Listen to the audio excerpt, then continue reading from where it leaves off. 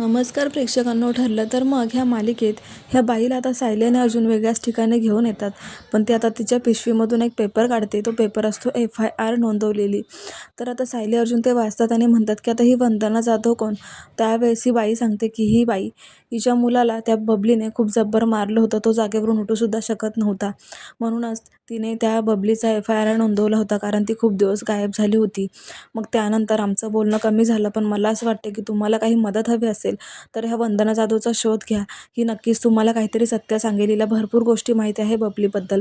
त्यामुळे सायली आणि अर्जुनला आता एक नवीनच लिंक लागलेली आहे आणि ते आता वंदना जाधवचा शोध घेणार आहेत. म्हणूनच सायली अर्जुन आता घरी येतात आणि चैतन्याला सांगत असतात की आपल्याला पोलिसांकडे जायचं आहे. ही वंदना जाधव हिने कधी FIR नोंदवला होता, हिच्याबद्दल काही माहिती मिळते का ते बघायला. म्हणूनच चैतन्य आणि अर्जुन पोलीस स्टेशनला जातात. पण इकडे प्रिया मात्र कान देऊन त्यांचं बोलणं ऐकत होती. त्यामुळे तिला कळालं की अर्जुन आणि चैतन्य आता काहीतरी शोध घेत आहेत.